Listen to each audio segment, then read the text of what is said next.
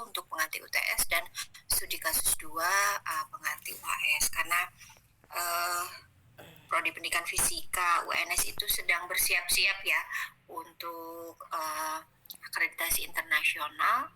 Jadi untuk penilaian kognitif itu dibatasi tidak boleh lebih dari 30% untuk tes tertulis seperti itu. Jadi harus dalam bentuk studi kasus atau dalam bentuk proyek seperti itu. Jadi dan kita juga harus menghargai partisipasi aktif Anda selama perkuliahan. Oleh karena itu, saya merancang untuk perkuliahan asesmen ini terdiri dari penilaian tugas baik kelompok dan individu, studi kasus 1 dan studi kasus 2 untuk UTS dan UAS, itu sifatnya mandiri. Kemudian bagaimana Anda aktif dalam diskusi dalam keseharian Anda bertemu dengan saya. Buku saya yang saya gunakan sebetulnya banyak sekali ya, tapi nanti saya share ya kepada Anda. Oke, ini kemarin belum diedit. Oke, untuk hari ini pertemuan pertama kita intinya kita diskusi terkait dengan kontrak perkuliahan dulu. Jadi terkait kontrak apa yang akan kita bahas ya di asesmen ini apa saja. Oke, di sini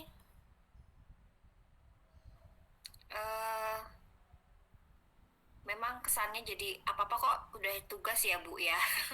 Ya memang dibuat seperti itu, jadi tidak terlalu banyak. Memahami konsep itu akan lebih bermakna apabila Anda langsung mempraktekannya dalam bentuk tugas. Jadi di sini mungkin ada beberapa tugas baik itu kelompok maupun tugas individu. Nah, untuk yang pertama kali kita bahas mungkin terkait dengan hakikat dari asesmen itu sendiri untuk pertemuan hari ini. Kemudian kita mungkin akan banyak berbicara tentang kembali lagi ke prinsip-prinsip penilaian itu apa saja, teknik dan lain sebagainya. Oke, kemudian pembahasan selanjutnya mungkin kita akan membicarakan tentang penilaian yang berbasis kelas itu yang seperti apa. Oke, kemudian nanti ada penyusunan rencana kegiatan asesmen pembelajaran yang berbasis kelas. Jadi nanti saya harapkan Anda bisa menyelesaikan tugas secara kelompok untuk menyusun rencana kegiatan asesmen pembelajaran untuk 1 semester ya, tapi terkait dengan afektif dan psikomotoriknya. Seperti halnya sama dengan di sini ya. Jadi saya merencanakan ada penilaian yang sifatnya partisipatif, kemudian ada yang sifatnya tugas proyek, misalnya seperti itu. Jadi saya rencanakan di awal. Oke, kemudian pada pertemuan selanjutnya yang keempat, baru kita masuk ke penilaian afektif ya. Di sini penilaian afektif ini saya mungkin akan mengenalkan ya beberapa spesifikasi instrumen untuk penilaian afektif, karena yang paling sering digunakan itu di lapangan kan Likert ya, misalnya seperti itu. Padahal di luar sana banyak sekali bentuk-bentuk peskalaan yang sebetulnya itu lebih simpel yang bisa Anda gunakan gitu ya. Nanti saya harapkan nanti kita sama-sama ya bisa menyusun kisi-kisi penilaian afektif, tetapi kita sedikit akan review jurnal internasional. Jadi biar Anda paham secara teori ya kan, kita bisa melihat dari jurnal-jurnal yang sudah ada, buku-buku yang sudah ada, kita pahami bersama bahwa ada banyak sekali model-model peskalaan yang bisa kita gunakan untuk membuat sebagai kerangka dasar untuk menyusun kisi-kisi penilaian afektif. Nah, kemudian di pertemuan selanjutnya, jadi yang untuk afektif itu kita konsentrasi untuk penilaian sikap, baik sikap ilmiah maupun sikap sosial. Kalau religiositas mungkin agak sulit ya dinilai dalam pembelajaran fisika, walaupun sebetulnya untuk suplemen yang terbaru sekarang ini K13 itu tidak tidak memberikan kewajiban setiap guru di mata pelajaran itu untuk menilai bagian dari ranah sikap. Tapi who knows, kalau besok misalnya kebijakannya berubah lagi, menterinya berubah lagi, nah yang penting kewajiban saya untuk menyampaikan bagian dari penilaian pada sisi afektif bisa didiskusikan dalam mata kuliah ini. Oke, nah setelah kita banyak membahas nanti terkait penilaian afektif, saya merencanakan untuk ujian tengah semester itu silakan mungkin Anda bisa mencari informasi di sekolah lewat kerabat, lewat saudara atau lewat beberapa orang, mungkin guru Anda yang Anda kenal ya. Silakan Anda cari tahu kira-kira masalahnya di sekolah itu ada bagian afektif apa yang misalnya bisa dinilai dalam artian mungkin Anda akan fokus pada satu atau dua bagian dari afektif siswa yang menjadi fokus Anda. Misalnya Anda melihat bahwa kita kan acuannya nanti ke PTK ya. PTK itu biasanya kan di bagian awal itu Anda diminta untuk melakukan observasi atau wawancara dengan guru di sekolahan. Dan di sekolah itu ternyata ada permasalahan terkait dengan afektif siswa. Misalnya kedisiplinannya kurang, apalagi kalau misalnya kondisi daring seperti ini ya. Seperti tadi di awal kita masuk sebetulnya jam 7.30, tetapi yang hadir di kelas itu baru beberapa orang. Nah, berarti ini ada yang masalah nih terkait dengan kedisiplinannya misalnya gitu. Terus kemudian nanti guru berencana untuk melakukan penilaian terhadap kedisiplinan siswa misalnya dengan bentuk checklist, misalnya daftar lembar cek ya, ini si A, si B, si C ini sudah hadir apa belum nih. Jam misalnya dibatasi paling tidak boleh terlambat 15 menit misalnya dari jam mulai perkuliahan pembelajaran. Nah, itu dicek ya, dilihat si A, si B, si C ini ternyata terlambat. Nah, kenapa dilakukan penilaian itu berarti ada harapannya, ada tujuannya. Berarti kita bisa memberikan perlakuan khusus kepada siswa yang istilahnya manakala kita lihat di lembar penilaian atau di daftar cek itu tidak memenuhi target kita, misalnya dia mesti datang setengah jam setelah mata kuliah itu dimulai, misalnya jam 8 ini baru bergabung ya, pada masuknya harusnya 7.30. Nah, kemudian apa yang akan dilakukan? Mungkin teguran dulu, habis itu kalau misalnya begitu terus setiap kali pertemuan, baru mungkin akan diberikan sanksi, misalnya seperti itu. Jadi fungsinya penilaian itu bukan sekedar menjudgment bahwa kamu tidak disiplin gitu ya, tetapi ada tujuan yang lain yang lebih baik, yaitu melakukan pembinaan terhadap siswa itu. Jadi tidak harus menunggu guru BK atau menunggu guru PPKN yang memberikan teguran kepada siswa, tetapi guru mata kuliah itu sendiri, mata pelajaran itu sendiri bisa memberikan feedback atau umpat balik pada siswa yang istilahnya afektifnya kurang memenuhi. Walaupun itu kemudian di kurikulum kita yang terakhir itu diserahkan kepada ranah tadi guru BK maupun guru PPKN ya, tapi saya pikir guru tetap memiliki sedikit tanggung jawab, kewajiban ya untuk terus melakukan penilaian pada sisi ranah afektif, terutama bagian-bagian yang sifatnya urgent untuk membina sikap dari siswa atau membina psikomotoriknya siswa dalam pembelajaran. Jadi nanti di ujian tengah semester ini silakan nanti Anda menggali informasi aspek-aspek apa saja yang misalnya bermasalah di lapangan dan itu perlu mendapatkan perhatian yang lebih khusus. Tadi saya berikan contoh misalnya seperti kedisiplinan. Jadi mulai dari sekarang Anda sudah mulai kepo-kepoin ya di sekolah, kira-kira apa ini permasalahan yang ada di sekolah, dan kita bisa membuat penilaiannya pada sisi ranah afektifnya. Kalau saya ingat dulu waktu anak saya masih di TK itu, satu bagian yang dinilai itu misalnya kemandiriannya ya. Kadang-kadang kalau namanya anak-anak itu kan habis belajar di mejanya itu kan ada alat gambar, ada alat tulis, ada buku-buku, itu mereka tidak punya kemandirian untuk istilahnya membereskannya kembali atau istilahnya berpartisipasi di dalam belajar secara aktif, karena anak-anak TK mungkin kemandirian belajarnya masih kurang ya. Nah, itu bisa juga jadi bagian yang menarik untuk diteliti atau dinilai ya, seperti itu. Baik, nanti untuk ujian tengah semester ini studi kasus itu bobotnya 30%. Oke. Sedangkan tadi dalam penyelesaian tugas individu maupun keaktifan di dalam kelas saya memberikan bobot 5%, dan untuk tugas kelompok atau tugas individu nanti yang menyusun kisi-kisi sekitar 15%. Nah, selanjutnya untuk pertemuan setelah UTS itu kita akan banyak membahas soal penilaian psikomotorik atau kinerjanya ya. Oke, di sini nanti ada tugas kelompok, kemudian ada presentasi, kemudian saya memberikan bobotnya sekitar 15%. 5%, maaf. Nah, untuk selanjutnya setelah kita membahas penilaian kinerja, saya ingin kita fokus pada penilaian portofolio ya.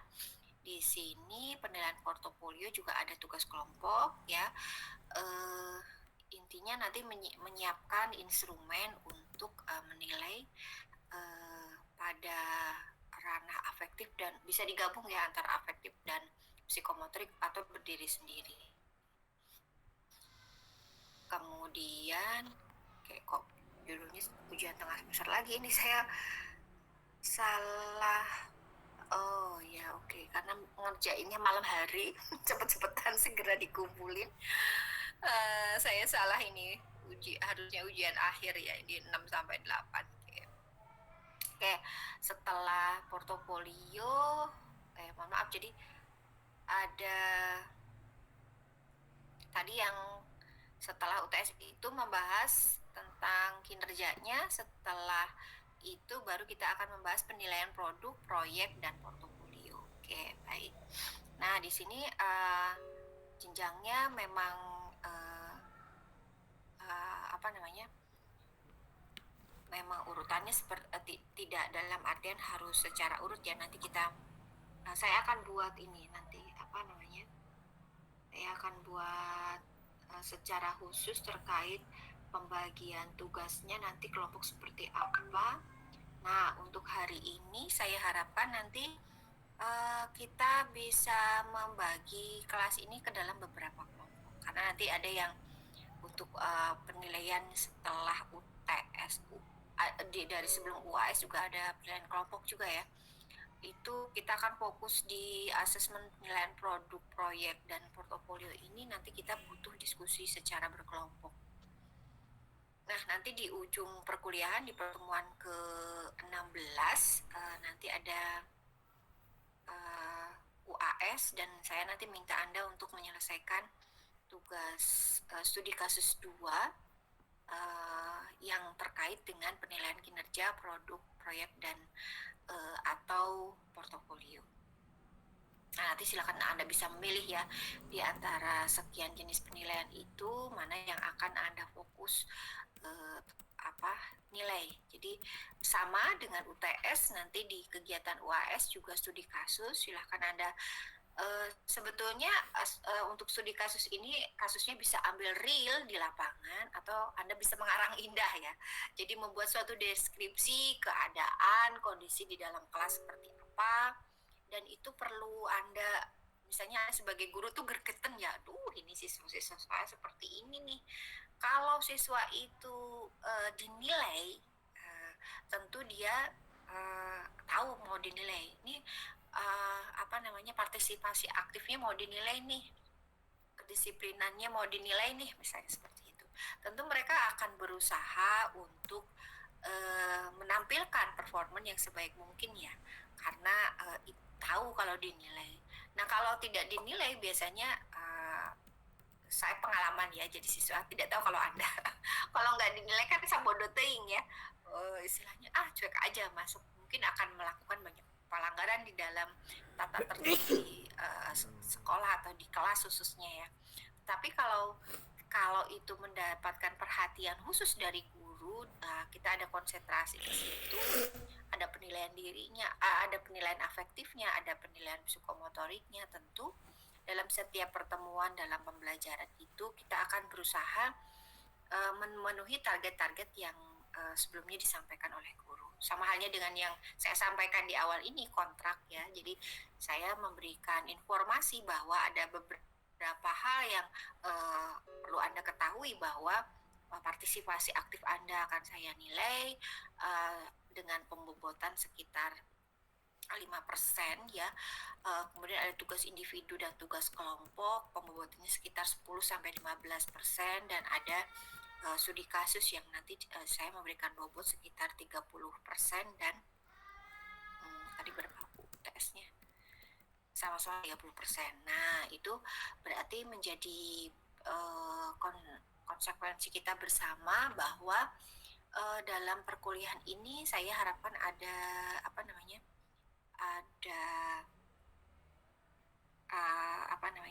kerjasama ya saya dengan Anda, bahwa kita bisa konsisten dengan apa yang sudah kita buat kontrak selama ini. Baik, sementara itu terkait dengan kontrak. Oke. Sudahkah lengkap? Baru 13 orang. Yang belum hadir siapa ini, Mbak? Coba saya masuk ke cewek lagi ya. Nah, sudah bisa masuk.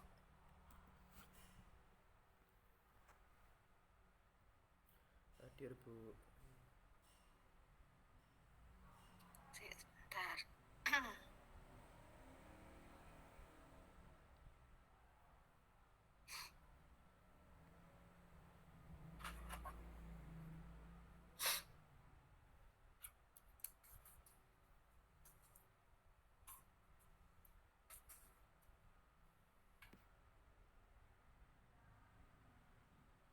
Kita mulai 7.30 sampai jam berapa, Mbak? 9.30, Ibu. Gimana? Sampai 10.30. Apa, Mbak? Nggak putus-putus, Mbak. 7.30 kan kita cuma 2 SKS ya. 7.30 sampai 9.10. 9 lebih 10 ya? Oke. Iya. 9 lebih 10. Baik. Mohon maaf, ini saya belum hafal, baru pertama kali. Minggu kemarin baru membuat RPS yang sosialisasinya baru hari Sabtu. Jadi kita cuma 2 hari menyusun RPS ya untuk semua mata kuliah. Kita juga bingung itu. Waduh, waktunya kok mepet sekali ya. Nanti lebih ke studi kasus. Oke, silahkan bisa presensi dulu, monggo.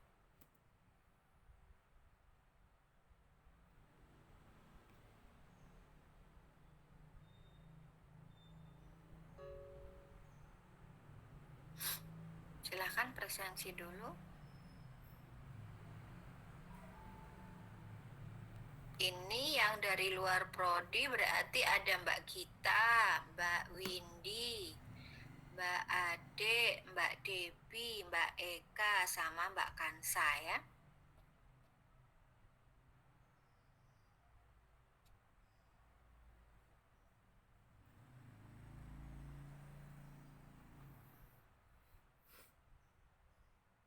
Oke, silahkan.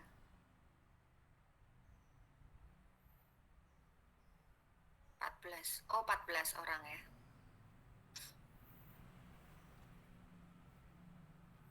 Ini mata kuliahnya pilihan di prodi tambah banyak ya, jadi tambah banyak, tambah ada MBKM, jadi biasanya asesmen itu yang banyak menolak mahasiswa. Harus dibuka 2 kelas biasanya, sekarang pilihannya tambah banyak. Halo guys, kembali dengan Captain Vincent di video kali ini. Oke, silakan yang belum presensi, presensi dulu. Captain Vincent, saya punya problem di sini.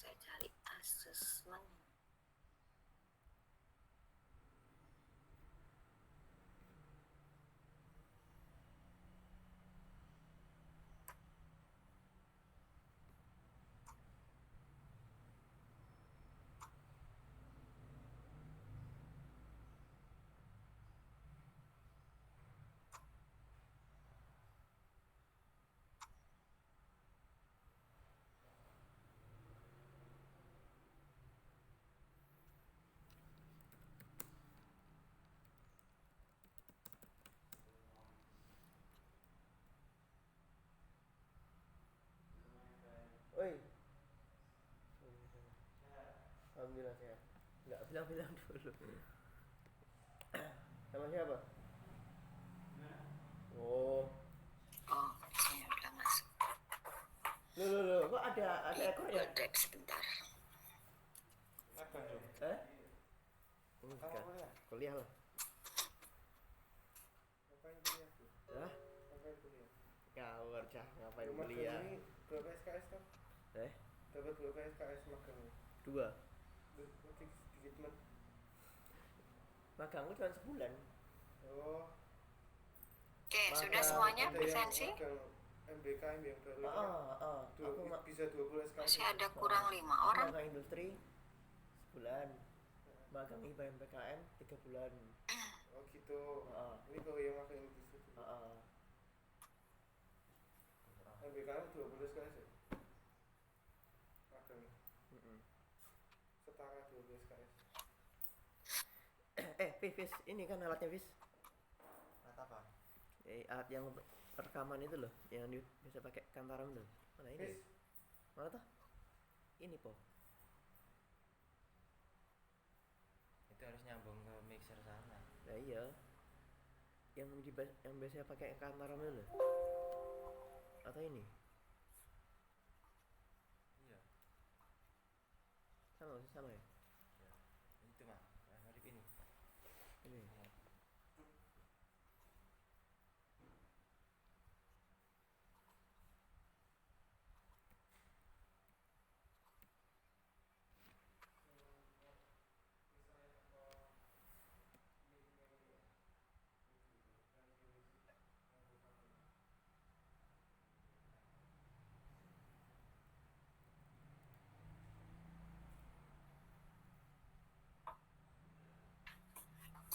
Ya, sebentar, file saya masih hidden.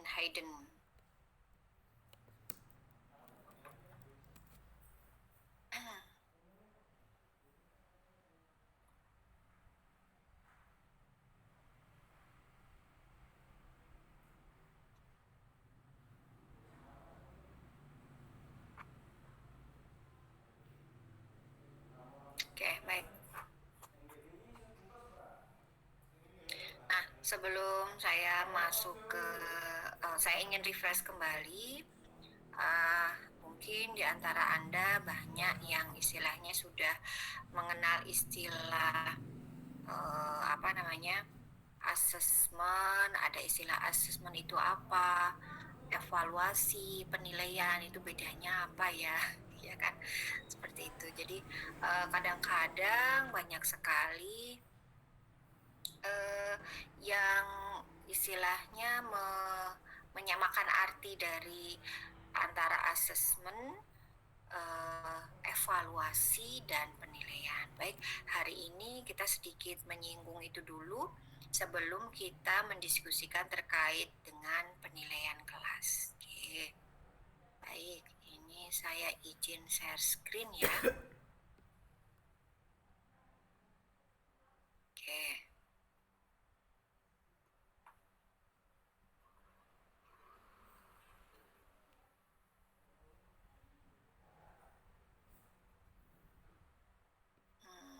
Kok belum muncul? Oh, ini nih. Lah, kok malah yang ini? Ini terlalu kecil.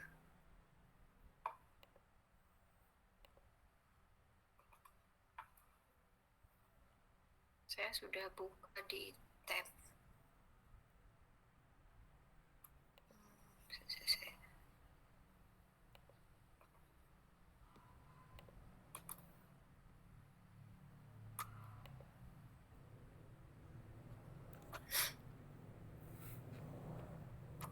Iya, Pak. Oke, baik. Pagi-pagi sudah gegap teknologi. Sudah terlihat apa yang saya share, Mbak, Mas? Sudah, Bu. Sudah, Bu. Oke, baik. Nah, saya ingin tanya dulu, mungkin di antara Anda ada yang tahu apa sih yang disebut dengan pengukuran? Coba, siapa yang mau menjawab? Silakan. Saya catat. Apa yang tahu istilah pengukuran?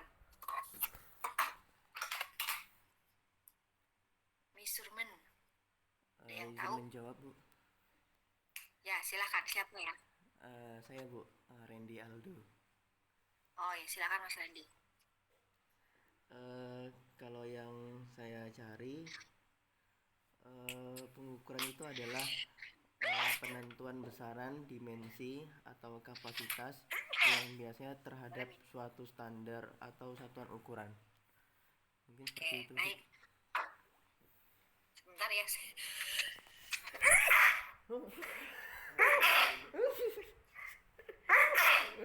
Yarhamukallah. Baik, mohon maaf sebenarnya. Mesinnya sudah tidak tahan dari tadi. Baik, kita lihat dari sisi measurement ya, pengukuran. Pengukuran ini tadi disebutkan bahwa proses kegiatan sistematik untuk istilahnya membandingkan ya antara besaran objek dengan suatu standar, atau kalau bahasa secara lebih umum lagi adalah kegiatan sistematik untuk menentukan angka pada objek atau gejala. Jadi kalau misalnya dalam fisika itu kita melakukan pengukuran ya kan, pengukuran massa ya toh kan, berarti kita naik ke atas timbangan ya kan, begitu kan, naik ke atas timbangan dan kita menemukan angka, wow angkanya naik 2 kilogram misalnya gitu. Jadi sebelumnya 60 kilo, ternyata baru 1 bulan libur itu ternyata naik 2 kilo. Nah itu kita melakukan pengukuran, kita melihat objeknya adalah massa Anda, kemudian standarnya itu adalah angka yang ada di timbangan ya. Itu asumsikanlah bahwa itu sudah terstandar kalau sering ditera ya, dikalibrasi.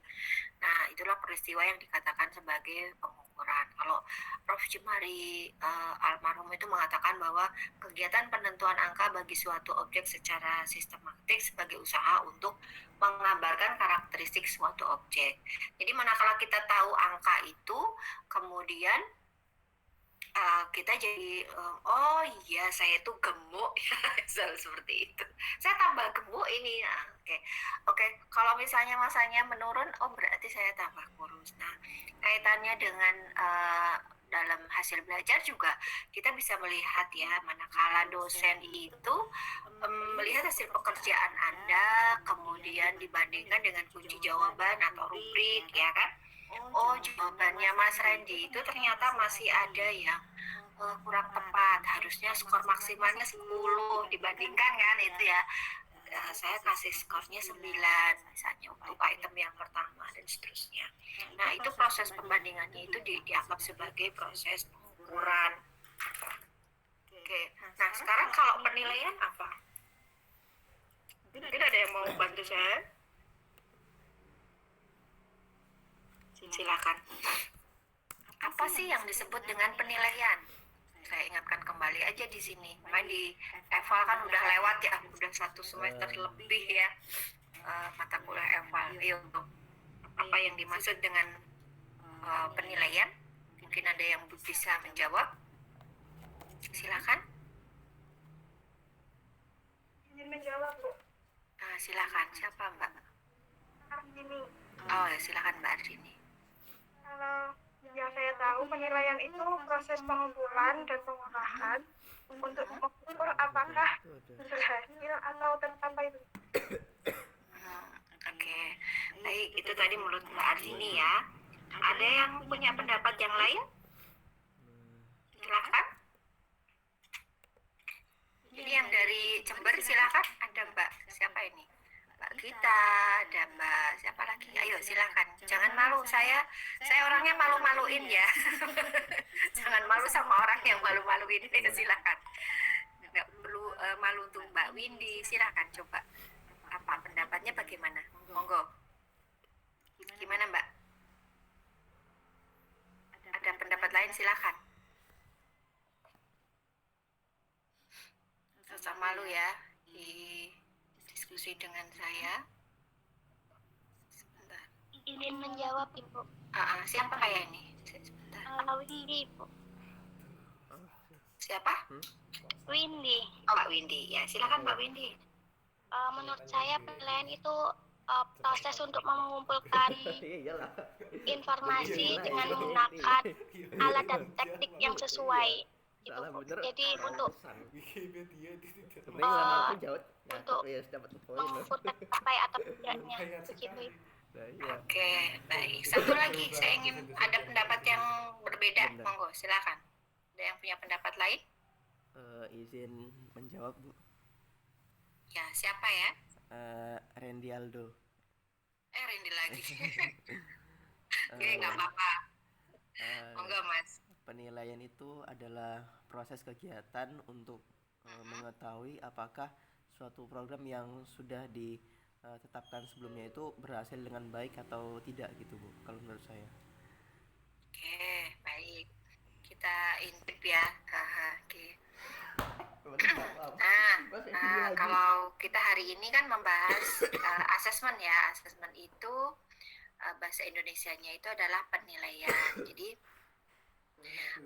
di sini adalah kalau tadi saya rangkum dari beberapa pendapat, intinya setelah proses pengukuran itu kan terus kita memberikan nilai ya kan? Setelah ada jawaban siswa, kita bandingkan dengan rubrik, ya kan? Dengan dengan kunci jawaban kalau misalnya pilihan ganda. Habis itu kan kemudian kita tafsirkan hasilnya, ya kan? Kita tafsirkan namanya itu adalah penilaian. Jadi penafsiran hasil pengukuran dan penentuan pencapaian hasil belajar itu kemudian dari proses scoring itu kan kemudian dikategorisasi biasanya ya. Ada yang kemudian muncul dari nilai A, B, C, D, ya kan? Kemudian ada yang kemudian muncul menjadi nilai skor 1 sampai 100 bisa seperti itu. Jadi dari tadi proses scoring itu bisa jadi cuma dijumlahkan saja ya kan, atau dengan rumus tertentu ya, sehingga mendapatkan nilai sesuatu. Misalnya nilainya dari angka 1 sampai 100 atau A, B, C, D, E, atau ada kriteria yang lain ya, sangat baik, cukup, kurang, dan seterusnya. Itu yang dimaksud dengan penilaian. Jadi proses sistematis meliputi pengumpulan informasi, angka, deskripsi, verbal, analisis, interpretasi, informasi untuk membuat keputusan. Nah, jadi keputusannya misalnya kemarin ada mata kuliah apa ya? Misalnya kemarin ada mata kuliah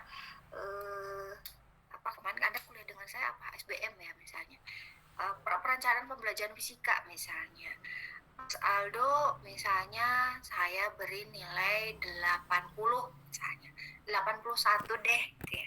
Kalau dalam aturan rektor kita itu kalau 81 itu dapat nilai A min ya. Keputusan saya adalah Mas Aldo hasil penilaiannya saya beri nilai A min ya kan.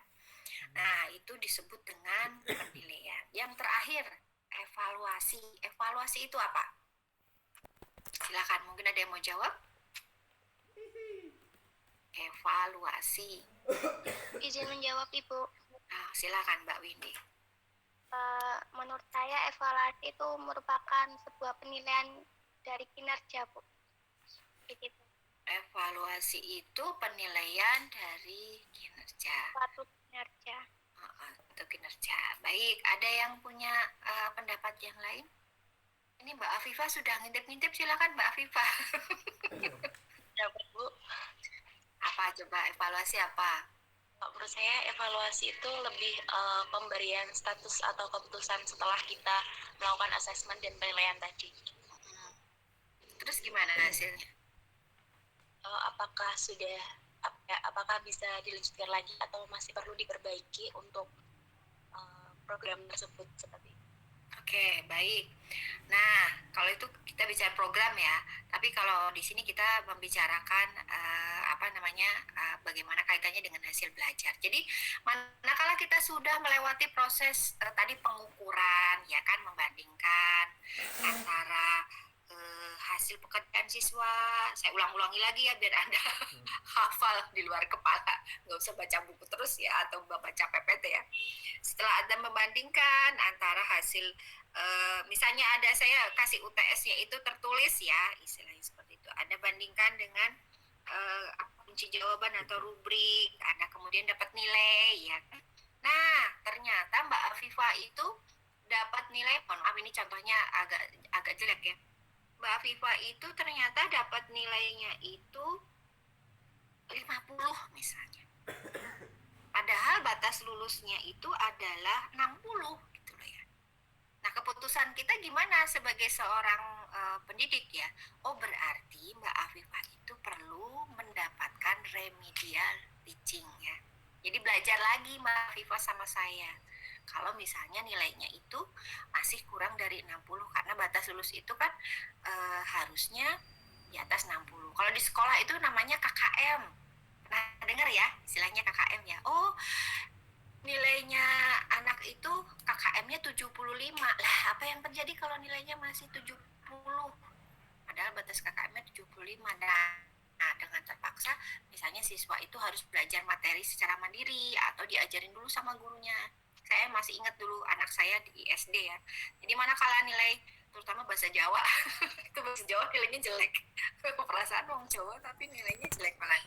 KKM-nya bahasa Jawa itu 75, tapi dia anak-anak itu rata-rata dapat nilainya itu 50, ada 60. Nah, otomatis kan satu kelas itu ya diajarin ulang sama gurunya. Paling tidak dari soal-soal yang sudah dikerjakan itu dibahas sama gurunya. Ini loh, Dok.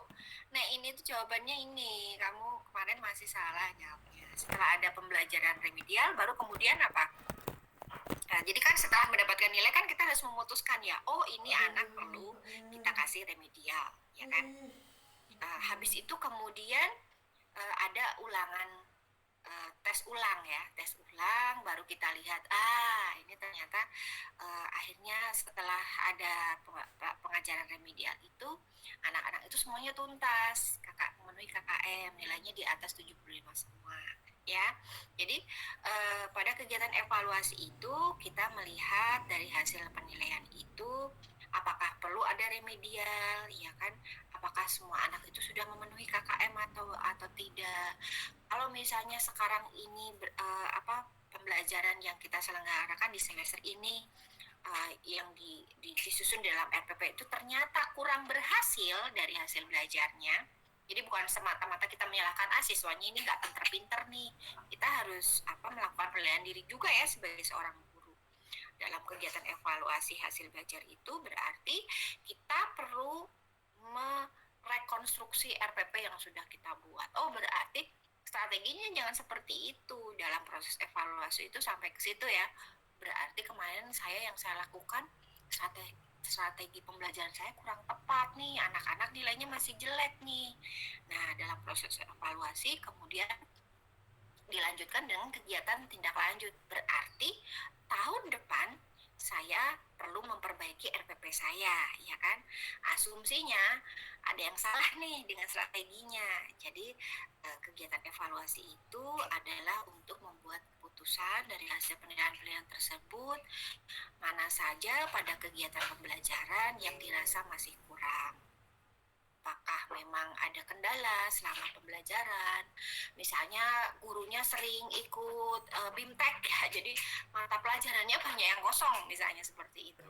Bagaimana mengakalinya biar hal-hal yang kejadian yang sudah terjadi itu istilahnya bisa diantisipasi oleh gurunya. Jadi itu perlunya ada proses asesmen. Evaluasi itu pentingnya itu di situ. Jadi kalau kita melihat dari pengertiannya Shuffle BIM itu bahwa penilaian yang sistematik tentang manfaat atau kegunaan suatu objek itu yang disebut dengan evaluasi. Horton and Sander juga bilang bahwa evaluasi itu sebagai proses yang menggambarkan atau menghasilkan dan menyajikan informasi yang berguna untuk membuat keputusan ya, dalam menentukan kebijakan menyangkut program yang dievaluasi. Sedangkan Scriven mengatakan bahwa evaluasi itu adalah aktivitas secara metodologi. Nah, sampai metodologi bareng nih. Nah, yang ikut evaluasi program kan nanti paham ya, secara metodologi itu kegiatan evaluasi itu harus seperti apa prosedurnya, ya kan? Nah, di sini kalau menurut Scriven itu aktivitas secara metodologi ya, yang terdiri dari pencarian, pengkombinasian data dengan menitikberatkan pada tujuan tertentu untuk memperoleh informasi komparatif atau numerik. Jadi dari kegiatan evaluasi ini kita kan mesti ada mengcompare ya, membandingkan ya, ternyata kita punya tujuan A, ternyata hasilnya tidak sesuai secara angka. Biasanya orang itu kan lebih percaya dari hasil apa yang diteliti atau dilakukan penilaian itu kan dalam bentuk angka ya. Nah, itu menjadi informasi yang sangat penting bagi seorang guru dalam proses evaluasi hasil belajar. Intinya kalau bisa kita simpulkan adalah evaluasi itu adalah suatu proses sistematik yang bertujuan untuk mengetahui tingkat keberhasilan dan efisiensi program. Nah, kalau kita gambarkan bagian hubungannya seperti ini, ya kan?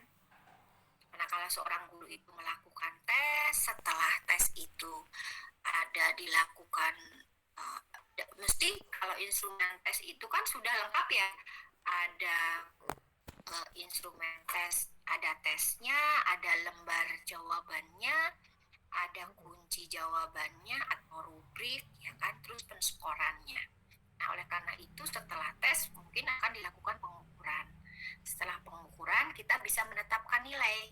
Ya, hasil penilaian itu bukan satu-satunya komponen dari evaluasi. Jadi kita buat irisan saja ya, bahwa dalam kegiatan evaluasi itu bukan hanya dilihat dari sisi hasil nilainya. Ya, jadi nanti kita bisa tanya sama siswanya. Jadi selain hasil dari nilainya jelek-jelek, kita tanya sama siswanya. Nah, kenapa sih kemarin kesulitannya kamu belajar ini? Ya kan bisa ditanya anaknya ya. Ini Bu, kemarin ini nggak paham itu, ternyata mereka kemampuan matematisnya misalnya yang kurang, nggak bisa mindahin rumus nyebrang. anak-anak sekarang kan anak SMA aja kan kesulitan ya matematikanya itu, sin cos aja nggak inget misalnya gitu. Jadi dari proses evaluasi ini sebagian akan melihat dari hasil penilaian atau asesmen. Baik. Nah, gambarnya kok nggak kelihatan. Nah, kalau kita bicara asesmen itu yang sering kita istilahnya Anda rasakan ya, misalnya dalam keseharian Anda waktu SMA dulu, sebetulnya ada ulangan harian, ya kan? Ada ulangan akhir semester, ada ulangan blok, misalnya seperti itu. Nah, sekarang ada kalau kita kaitkan dengan istilah yang saya gambarkan di sini. Ini kelihatan ya gambarnya ya, Pak ya? Oke, ini ada istilah 3 istilah ya yang saya cermati di beberapa di beberapa jurnal dan referensi. Jadi penilaian itu dibagi menjadi 3 istilah yang paling sering digunakan, yaitu assessment as learning, assessment for learning, dan assessment of learning. Nah, saya tanya sama Anda, kalau yang assessment of learning itu contohnya apa? Coba kira-kira. Ditebak aja, prediksi aja. Kira-kira apa? Assessment of learning. Mungkin di evaluasi kemarin saya juga pernah sedikit menyinggung-nyinggung. Assessment of learning ada yang tahu? Tidak ada? Ini masih ngantuk atau gimana ya? Ini apa kepagian ya kuliahnya? Oke, baik. Nggak ada yang mau jawab? Izin jawab Bu, coba jawab Bu. Silakan.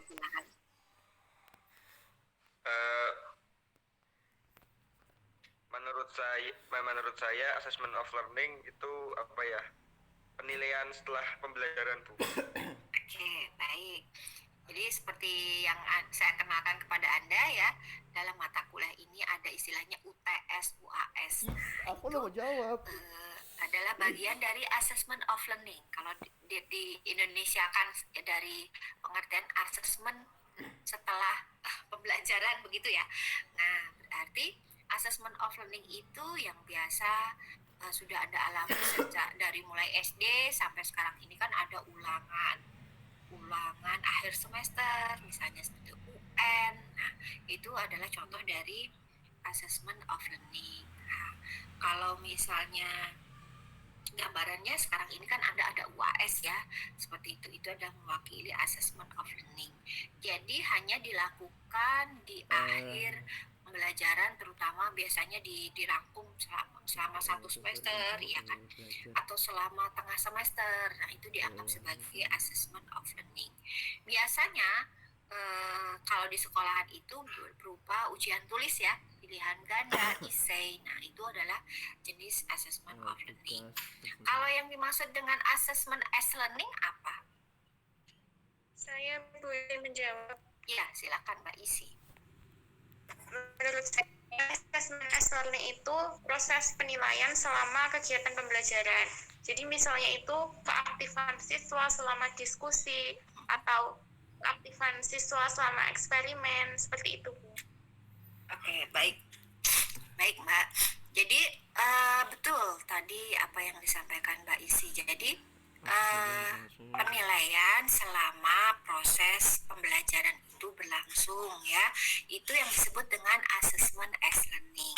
Nah, sebetulnya ini adalah titik poin yang tidak kita pelajari pada mata kuliah assessment ini.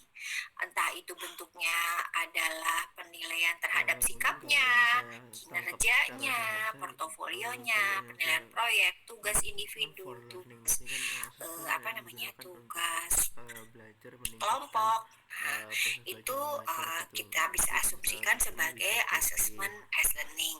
Nah, atau kalau di bahasa kurikulum mulai dari KBK itu disebut penilaian berbasis kelas, ya kan? Atau penilaian otentik, ya. Penilaian apa adanya selama pembelajaran. Nah, kenapa ini digaungkan? Ya, karena adanya suatu kecurigaan ya, manakala penilaian di akhir assessment of learning itu bisa jadi siswa sedang dalam kondisi yang tidak baik. Parahnya lagi kalau hasil penilaian assessment of learning itu anak-anak itu curang ya, curang itu dalam artiannya nyontek. UN nyontek gitu loh, nilainya bagus, alhamdulillah, nyontek nilainya jelek. Nah, itu kan bahaya ya bagi sekolah, bagi dinas pendidikannya. Makanya kemudian ada penghargaan terhadap siswa dalam proses pembelajaran yang disebut dengan assessment as learning ini atau penilaian otentik ya. Jadi kalau dia gagal waktu assessment of learning-nya, dia bisa dibantu dengan nilai-nilai selama prosesnya. Bisa jadi waktu UN itu dia lagi sakit, jadi nilainya tidak bisa optimal. Atau bisa jadi dia melakukan kesalahan. Pernah kan ada kasus itu waktu UN itu karena saking groginya seorang anak yang sering juara satu paralel, dia itu salah menuliskan jawaban untuk nomor 2 di nomor 3. Jadi satu jawaban itu bergeser semuanya. Otomatis tidak sesuai dengan nilai 10 kan. Oh, berarti karena saking groginya dia melakukan suatu kesalahan. Nah, seandainya dia tidak lulus karena hanya assessment of learning-nya saja yang jelek, kasihan sekali anak ini gitu ya. Makanya kemudian pada akhirnya UN itu kontribusinya bobotnya hanya sekian persen ya, tapi dilihat juga ya selama pembelajaran itu mengumpulkan nilai-nilai assessment as learning-nya dapat berapa. Nah, itu memiliki pembobotan yang istilahnya kadang-kadang lebih besar daripada assessment of learning-nya. Nah, itu kemudian lebih karena sebetulnya pemerintah itu kalah ya waktu ada keputusan bahwa kelulusan itu ditentukan oleh UN, karena kemudian banyak siswa yang merasa stres, ada yang sampai mohon maaf mengakhiri hidupnya karena tidak lulus itu tadi. Nah kemudian Komnas HAM Anak itu ternyata yang digugat itu bukan pemerintah, BNSP ya, BNSP itu kalah ya saat itu ya. Hingga kemudian dibuat kebijakan bahwa UN itu kontribusinya diberi bobot sekian persen. Jadi tetap ada mempertimbangkan ujian sekolah, mempertimbangkan penilaian otentiknya juga. Nah seperti itu. Jadi dengan adanya penilaian kelas ini sebetulnya siswa lebih dihargai usahanya selama proses pembelajaran. Seperti hari ini ya, hari ini saya menghargai ini, ada yang bertanya, ada yang misalnya nanti ada yang mengajukan pendapat, silahkan, itu bentuk partisipasi yang harus saya hargai. Nah, yang terakhir itu assessment for learning. Jadi justru dengan penilaian itu siswa bisa belajar ya. Nah, di sini kalau bisa saya contohkan di fisika itu sering sekali sebetulnya dilakukan assessment for learning. Anda masih ingat mungkin di sekolahan ya, manakala guru itu sudah menjelaskan terkait dengan suatu konsep, setelah itu kan guru akan memberikan latihan soal ya. Nah, di latihan soal itu berkali-kali dikasih latihan soal, kan siswa belajar dari latihan-latihan soal itu. Nah, ada baiknya manakala guru itu memberikan latihan soal, guru langsung memberikan umpan balik ya, sebagai bentuk assessment for learning-nya. Jadi diberi umpan balik ya. Oh, ini masih salah nak, kamu menjawabnya jangan seperti ini. Harusnya kamu menggunakan rumus yang lain, misalnya seperti itu. Jadi pentingnya assessment for learning ini adalah pada saat siswa itu belajar, guru bisa memberikan feedback atau umpan balik sehingga siswa bisa belajar dengan optimal. Sayangnya itu jarang terjadi ya, karena kadang-kadang diburu oleh waktu ya, jadi ada keterbatasan waktu. Kalau misalnya kita melihat contoh dari penerapan assessment for learning ini yang saya alami, manakala saya menitipkan anak saya di Kumon. Nah, itu setiap minggu itu ada beberapa worksheet ya yang harus diselesaikan oleh siswa, PR ya. Jadi setiap 2 hari, 3 hari sekali itu ada PR yang harus dikumpulkan dan dilaporkan juga berapa menit Anda menyelesaikan satu worksheet ini, misalnya seperti itu. Nah, itu salah satu bentuk dari assessment for learning. Nah, dalam kaitannya dengan assessment for learning ini, saya dengan beberapa tim mahasiswa untuk skripsi, kan nanti ada levis ya, ada levis, ada skripsi, mengembangkan beberapa media pembelajaran yang menggunakan konsep dari assessment for learning ini. Jadi asumsinya kalau K13 ini kan sebetulnya dalam strategi pembelajarannya sudah banyak bicara terkait dengan scientific, ya kan, PJBL, kemudian ada problem-based learning, atau model-model lainnya yang berbasis pendekatan saintifik. Nah, tapi kadang-kadang guru itu tidak puas loh, kebutuhannya itu sebetulnya target yang lebih utama itu bisa nggak siswanya itu menyelesaikan soal-soal fisika, ya kan? Nah, disinilah perlunya kehadiran media pembelajaran untuk menambah latihan lah ibaratnya ya, latihan. Apa kesulitan siswa dalam mengerjakan soal-soal fisika? Nah, itu bisa dibantu dengan model assessment for learning ini. Jadi mereka bisa belajar melalui penilaian-penilaian yang dilakukan. Yang penting itu adalah umpan baliknya ya dalam penilaian itu, bukan sekedar angkanya kamu salah di sini seperti itu. Nah, salahnya kenapa gitu deh? Kenapa jawaban saya salah? Nah, pentingnya assessment for learning itu untuk mendapatkan jawaban atau umpan balik ya dari hasil penilaian. Oh, kamu salah jawabannya. Berarti saya punya hak, misalnya saya mengerjakan suatu latihan soal dan ternyata jawaban saya salah, berarti saya kan punya hak untuk mendapatkan clue atau pembahasan ya yang harusnya saya jawab itu seperti apa gitu. Nah, jadi kalau misalnya sebetulnya ketiga jenis penilaian ini betul-betul diterapkan dalam pembelajaran, saya yakin siswa itu lebih mendapatkan pengalaman belajar yang luar biasa ya. Tetapi mohon maaf ya, karena guru itu biasanya proporsinya dengan siswa itu sangat terlalu jomplang, dan pada akhirnya karena satu orang guru harus menangani sekitar 32 atau lebih siswa, pada akhirnya hanya beberapa siswa saja yang istilahnya mendapatkan perlakuan yang istilahnya mewakili ketiga jenis penilaian ini. Nah, makanya saya usulkan kepada Anda ya. Jadi kalau misalnya Anda memang ingin mendapatkan sesuatu yang lebih optimal dalam mempelajari sesuatu, ya bisa jadi Anda memberikan pendekatan kepada guru atau pendidik atau instruktur atau siapapun itu untuk menerapkan ini ya, agar mendapatkan perhatian lebih, umpan balik, dan kita perlu menilai progres dari apa yang sudah kita pelajari ya dalam bentuk penilaian, agar kita paham, oh saya masih salah di sini, saya masih kurang di sini, misalnya seperti itu. Kasarannya misalnya kalau Anda belajar naik sepeda ya, naik sepeda itu tentu yang ngajarin Anda itu akan cerewet ya, kamu jangan pegang ini.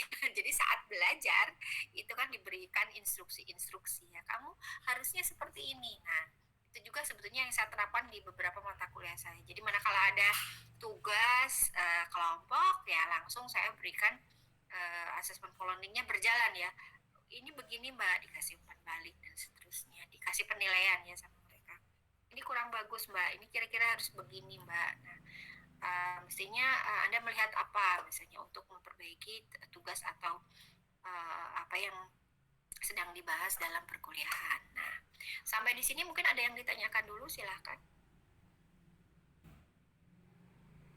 sebelum kita pindah. Jika tidak ada, saya lanjutkan ya.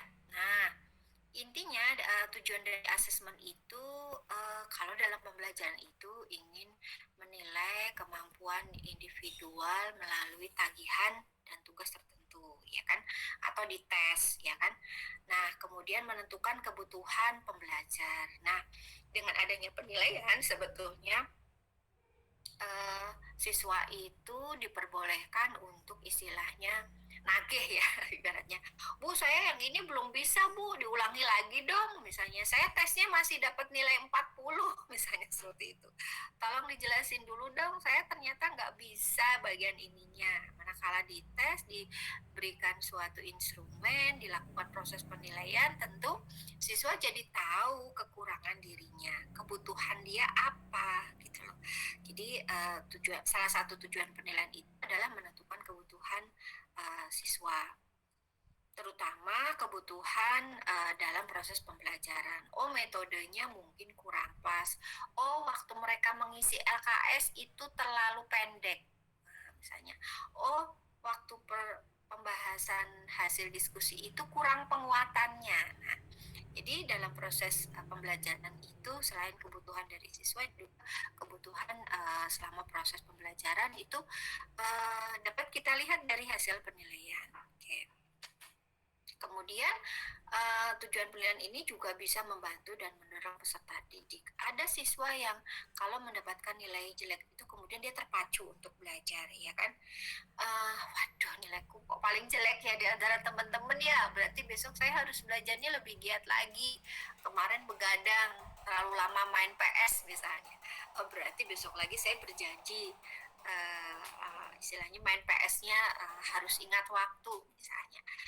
Saya harus belajar karena saya malu di kelas itu nilai saya paling jelek misalnya. Jadi dengan penilaian ini sebetulnya bisa juga, kecuali kalau anaknya dablek ya. Di sini asumsinya kalau dengan adanya penilaian ini peserta didik bisa lebih termotivasi untuk belajar. Kemudian tujuan yang lain adalah membantu dan mendorong guru untuk mengajar yang lebih baik lagi. Kalau hasilnya jelek-jelek, siswanya pertanyaan yang biasa buat gocekan itu begini, jangan-jangan yang tidak mampu itu gurunya atau siswanya, ya kan? Nah, kalau yang tidak mampu gurunya, berarti kan guru harus melakukan refleksi diri ya. Oh, berarti saya selama pembelajaran itu saya kurang mampu, bla bla bla bla. Kalau siswanya yang tidak mampu, misalnya sekarang ini banyak ya guru-guru di sekolah yang favorit ya SMA 1, SMA 3 itu karena ada sistem zonasi.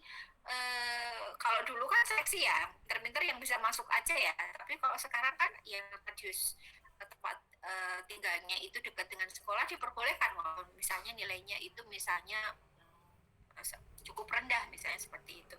Lah PR-nya guru adalah, kalau dulu anak SMA 1, saya pernah dicurhati beberapa guru ya.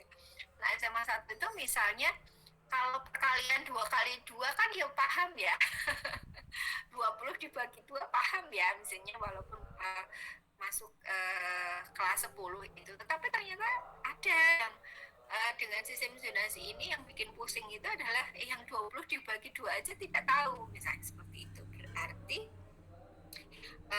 guru perlu melakukan strategi khusus nih di kelas-kelas yang memiliki 1-2 orang siswa yang demikian.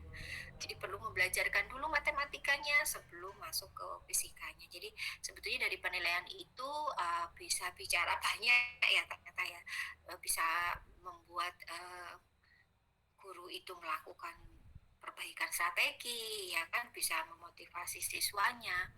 Kemudian tentu kalau misalnya bagi lembaga sekolah, kalau nilainya rata-ratanya misalnya bagus atau kurang, itu juga menjadi refleksi, menjadi evaluasi.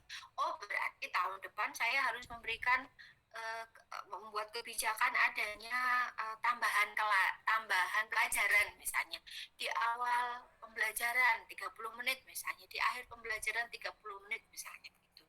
Ada les misalnya, atau guru-gurunya harus mendatangkan dari tentor-tentor yang terkenal, misalnya seperti itu. Jadi dengan adanya penilaian itu lembaga bisa membuat suatu keputusan untuk mempertahankan akuntabilitas dari lembaganya.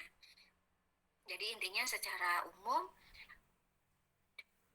dengan adanya penilaian ini peran yang sangat besar untuk meningkatkan kualitas dari pendidikan.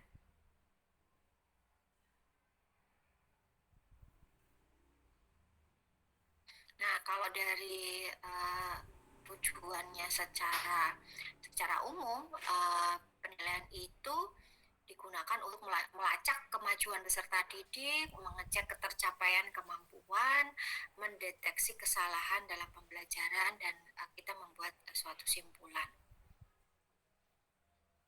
Nah, kalau kita berangkat dari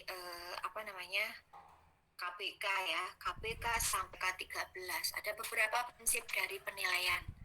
Yang pertama harus valid ya, akurat tentang hasil belajar siswa.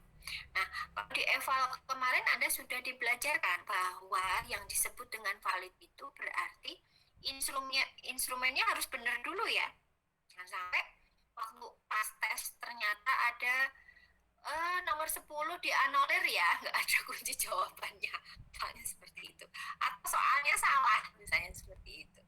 Nah, ini berarti menjadi perhatian Anda, jadi harus perlu hati-hatian ya. Kita akan mendapatkan hasil belajar siswa yang akurat, manakala instrumen yang kita buat itu juga harus valid gitu ya. Essay itu juga kadang-kadang gampang kayak udah deh ribet, pilihan ganda itu kita bikin essay aja gitu ya. Paling tidak ada orang lain yang istilahnya teman sejawat ya, misalnya itu ikut menilai ya dari essay yang kita buat itu sebetulnya memang mengukur apa yang hendak diukur atau tidak, ataukah pertanyaannya itu sifatnya bias atau bermakna ganda gitu. Jadi harapan kita siswanya menjawab A, ternyata pemikiran siswa itu mengarahkan ke B jawabannya. Nah, itu berarti ada sesuatu yang salah dengan instrumennya. Jadi harus dipastikan agar dalam proses penilaian itu kita mendapatkan data yang valid atau akurat, instrumennya juga harus baik ya, memenuhi kriteria yang baik, baik dari sisi kuantitatifnya maupun kualitatifnya. Nah, prinsip penilaian itu juga harus memberikan sumbangan positif terhadap pencapaian belajar siswa. Jadi asumsinya penilaian itu sifatnya harus betul mendidik itu dalam artian seperti yang tadi saya contohkan ya. Saya menilai kedisiplinan Anda misalnya. Jadi saya menyediakan daftar cek itu asumsinya adalah bahwa ada yang salah dengan pembelajaran yang sedang berlangsung karena siswanya tidak disiplin datang tepat waktu misalnya. Nah, makanya dengan adanya penilaian itu asumsinya saya ingin mendidik para siswa saya misalnya agar dia itu bisa datang tepat waktu. Kalau datang tepat waktu berarti saya kan tidak perlu menunggu ya untuk kelasnya itu full, dan saya tidak perlu mengulang lagi materi yang istilahnya sudah disampaikan di awal terus saya ulang lagi, atau ada yang kelewat informasi yang saya sampaikan. Nah, itu adalah tujuan prinsip dari penilaian itu harus sifatnya mendidik, memberikan dukungan positif terhadap pencapaian belajar siswa pada semua ranah ya, tidak hanya pengetahuan saja. Berorientasi pada kompetensi. Jadi kalau mulai dari KPK itu target-target dari penilaian itu harus memenuhi pencapaian kompetensi tertentu. Kita ada 4 kompetensi ya, sikap spiritual, sikap sosial, pengetahuan dan keterampilan. Itu semuanya harus bisa dicapai ya dalam setiap pembelajaran. Terus adil, jadi saya tidak membedakan sosial ekonomi, budaya, bahasa, dan gender. Misalnya yang dari Jember karena bukan anak saya terus nilainya jelek ya, tidak ya. Jadi sesuai dengan kompetensi Anda ya.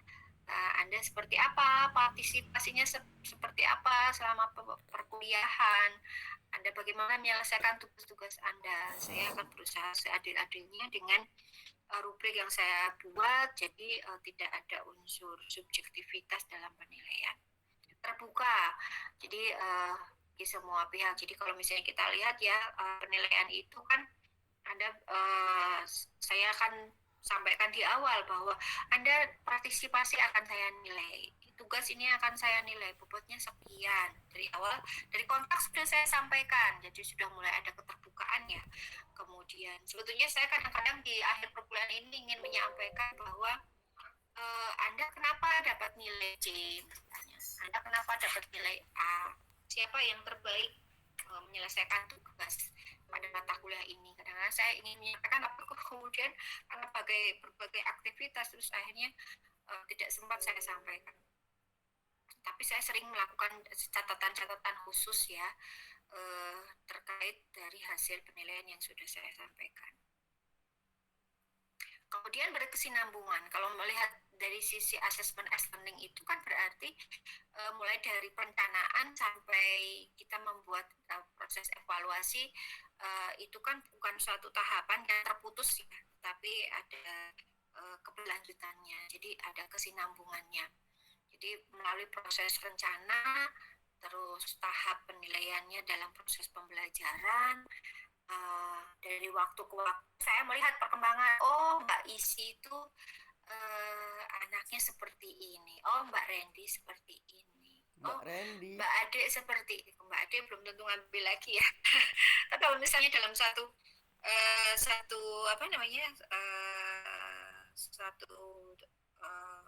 pembelajaran yang ada di sekolahan itu mungkin guru bisa mengikuti ya perkembangan dari kelas 10 seperti apa, kelas 11 seperti apa, dan seterusnya. Karena itu kadang-kadang namanya penilaian itu dosen atau guru akan mengingat ya, kemarin di mata kuliah itu Mas Randy itu tidak mengumpulkan tugas, mesti itu akan menjadi memori ya, walaupun kita tidak boleh subjektivitas, tapi karena penilaiannya itu untuk mata kuliah ini berlanjut dengan mata kuliah yang lain dan sebagainya, dari tahap-tahapan itu kan saya memiliki gambaran ya, oh namanya Mas Randy itu orangnya rajin misalnya gitu, aktif selama perkuliahan seperti itu. Jadi penilaian itu perlu dilakukan secara berkesinambungan. Jadi tidak hanya sifatnya sementara. Baik. Kemudian menyeluruh dengan berbagai teknik dan prosedur untuk semua aspek. Jadi saya tadi sudah ungkapkan berkali-kali bahwa tidak hanya sisi pengetahuannya saja yang dilihat, terutama yang pada mata kuliah asesmen ini kita fokusnya pada motorik. Jadi nanti kita akan diskusikan bersama ya bagaimana penerapan dari masing-masing teknik itu. kemudian bermakna. Artinya dengan penilaian itu ada manfaatnya bagi guru, siswa, dan kelanjutannya siswa ke depan. Jadi intinya bahwa yang dimaksud dengan bermakna ini penilaian yang mudah dipahami, mempunyai arti, berguna, dan bisa ditindaklanjuti oleh semua pihak. Katakanlah kadang-kadang manakala saya memberikan tugas kepada Anda, saya akan memberikan informasi ya. Saya suka tulisan mahasiswa yang rapi, deskripsinya lengkap, saya bilang gitu. Daftar pusakanya bagus, tidak terlihat original, maksudnya bukan hasil copy paste dari kerjaan teman-temannya, saya sampaikan gitu ya. Dari situ sebetulnya dapat diperoleh informasi bahwa dengan penilaian ini sebetulnya saya juga harapannya dengan membuat suatu tugas itu akan bisa dimanfaatkan oleh Anda di kemudian hari dengan tadi syarat-syaratnya itu. Jadi saya memberikan pembiasaan kepada Anda ya. Kalau membuat tugas itu berarti detailnya harus diperhatikan apa saja. Jadi tadi seperti saya katakan originalnya gimana, kemudian copy paste ya intinya seperti itu, tidak ambil langsung dari internet. Kemudian deskripsinya lengkap dengan bahasa Anda sendiri, kemudian referensinya jelas, itu contohnya seperti itu. Jadi kebermaknaan yang dimaksud di sini adalah dengan tugas yang diberikan atau dengan penilaian yang diberikan itu tentu akan bermanfaat bagi siswa di kemudian hari. Komponen yang dinilai ini biasanya berupa pencapaian akademik, kecakapan atau kepandaian, penyesuaian personal sosial, pengetahuan intelektual, keterampilan atau skill. Oke. Nah, ini kalau melihat di sini banyak sekali ya pilihannya ya, teknik dan bentuk penilaian itu banyak sekali. Oke. Nah, ini mungkin akan lebih kita bahas minggu depan saja ya, karena untuk hari ini saya pikir tidak akan cukup waktu kita untuk membahas ini. Baik, sampai di sini mungkin ada yang tidak ditanyakan dulu, silahkan.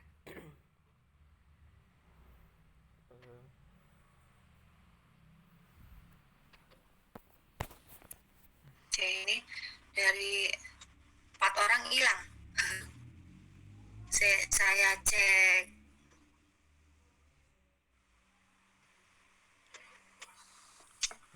Izin bertanya Bu tadi. Silakan, mungkin ada pertanyaan dulu sebelum saya tutup untuk hari ini. Yang alfa 1 orang ya, saya menutup perkuliahan ini. Mbak Jihan ada nggak Mbak Jihan? Ini terkait tadi yang Mbak Jihan nggak hadir ya, belum Mbak Afifah, Mbak Adi ini. Gambarannya seperti apa ya, Pak? Oke, berarti saya tutup tanpa Mbak Jihan ya, ini ya nanti. Atau tadi sudah hadir Mbak Jihan? Ada yang tahu? Nggak tahu, Bu. Oh, nggak tahu. Oke, baik. Saya tadi belum ngasih orang. Gimana Mbak? Bagian belum masuk di meet tadi. Oh ya. Jadi nanti sekarang ini biasanya saya buat kebiasaan ya. Saya kadang lupa nunggu yang presensi, kemudian saya lupa. Jadi harusnya setiap habis perkuliahan langsung saya tutup gitu. Kadang ada yang terlambat, tidak bisa sinyal. Ya sudah, silakan coba presensi dulu, baru 2-3 hari baru saya tutup. Nah itu ternyata malah merugikan saya ya. Saya suka lupa, makanya mohon maaf nanti setelah jarak mungkin sekitar 30 menit dari perkuliahan langsung saya tutup ya, karena itu saya tidak lupa. Karena sekarang ini presensi itu juga sistemnya sekarang ini baik penilaian maupun presensi itu lebih tersistem dengan baik, teradministrasikan dengan baik. Jadi manakala saya lewat tidak melaporkan presensi, itu juga kerugian buat saya. Jadi mohon maaf nanti kalau misalnya saya ingatkan berkali-kali untuk segera presensi. Kalau sudah lewat ya itu susah. Kecuali kalau misalnya memang kendala sinyal, langsung hubungi admin prodi, paling tidak hubungi Mas Frendi ya, hubungi Mas Frendi dulu kenapa saya kok tidak masuk, jadi bisa masuk presensinya. Baik, mungkin ada yang mau disampaikan dulu sebelum saya tutup untuk hari ini. Mohon maaf Bu, izin bertanya. Oh ya, silakan Mbak Mas Krisna. Izin bertanya mengenai begini Bu. Jadi sebenarnya untuk teknik penilaian ini kan sangat banyak gitu. Bukan hanya dari tugas, hanya ujian tentang sikap aja. Nah, cuma mungkin yang saya alami waktu di SMA itu untuk persentase yang paling besar itu adalah di nilai ujian atau entah itu UAS atau UTS. Nah, padahal menurut saya sendiri, mungkin argumen saya sendiri ya Bu, yang mengerti perkembangan suatu peserta didik itu merupakan guru mata pelajaran, bukan pengawas gitu Bu, pengawas yang dari ujian. Sehingga pada saat ujian itu pasti ada faktor-faktor yang membuat kayak peserta didik itu iya Bu, psikolognya itu kayak ya udah yang penting saya dapatkan yang besar karena puasnya persentasenya lebih besar gitu Bu. Nah, lalu yang saya ingin tanyakan itu kira-kira solusinya itu bagaimana Bu saat ada peserta didik yang yang bagian besar itu kayak hanya memikirkan nilai saja, bukan tentang ilmu yang sudah didapat. Jadi untuk acuan saya ini sebenarnya bukan di sekolah favorit Bu, karena mungkin kalau di sekolah favorit sebagian besar siswanya itu emang peduli dengan ilmu yang didapat. Begitu. Oke. Memang intinya bagaimana merubah mindset siswa yang hanya sekedar mengejar nilai, intinya seperti itu ya. Kalau bisa saya simpulkan. Oke, baik. Nah, memang perlu kita rubah ya mindset itu yang selama ini saya alami sendiri waktu saya menjadi siswa selama bertahun-tahun, baik dari S1 sampai S2 dan S3 ini ya. Kalau udah S3 sebenarnya sudah agak sabodoting karena apapun nilainya saya terima, dalam artian yang penting saya bisa membangun link, saya bisa punya struktur konsep yang saya kuasai, itu yang paling penting bagi saya karena sudah punya tujuan.